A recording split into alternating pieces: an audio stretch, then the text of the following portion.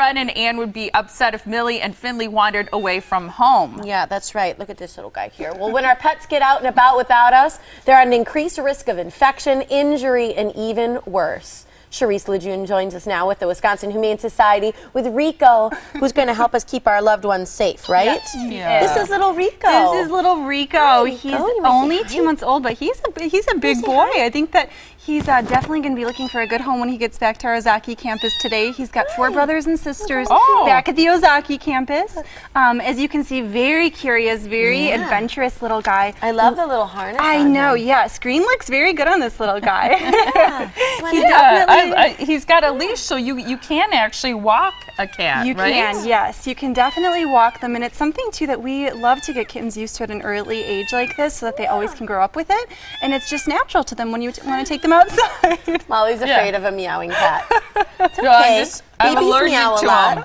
I'm allergic. Come back up. He's really sweet, though, and he might be a mix, too, right? Yes, he is. He's got beautiful markings. You can see his little gray spots on his paw, but he's already been neutered. He's been microchip vaccinated. You can see he's got his own agenda for what he wants to talk about. Yes, he's a little talker. Very loving, though. He loves to snuggle and would be a great addition to any home. He is really cute. Let's talk a little bit about pets who wander away.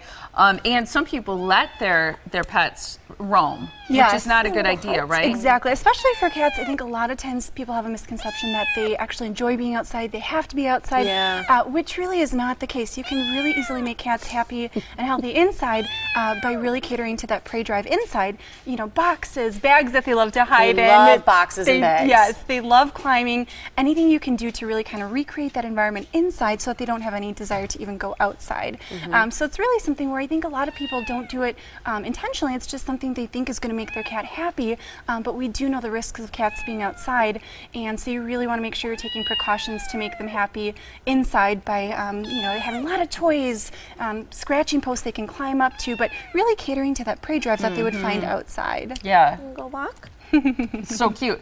So what about dogs in particular? So with cats, really the key is to keep them inside, and that also cuts down on overpopulation as well as spay and neutering. But with dogs, I mean, they have to be on a leash in most municipalities, right? Exactly, yes. And that's even something too where, you know, even if your dog stays by your side all the time, every time, you just never know. We always encourage dogs to be on leash. You never know when they see another dog and dash across the street. But even going to dog parks too, you know, you want to make sure that you're keeping them on leash unless it's a fenced-in dog area. The other thing too is if you do have a fenced-in yard, you want to make sure that you're really checking out to make sure there's no holes that they can get under. Some dogs like to dig, like terriers or other breeds, and so it's really something where you want to be aware of what your fence is like, if there's any broken areas, if there's some place they could easily escape to.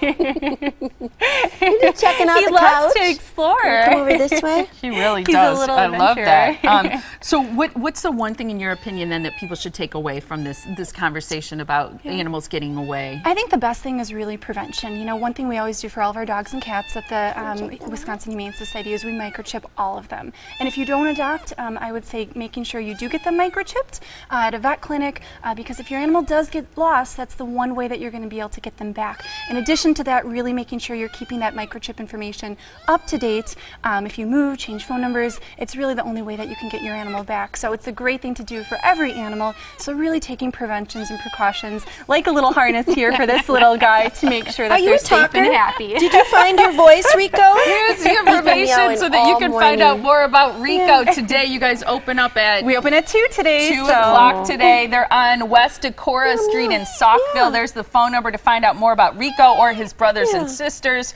You can visit them at wihumane.org as well. Thank you so much. Thank you. Thank you, Rico. Yeah, cutie. Oh, yeah, you wanted to say something about that, didn't you?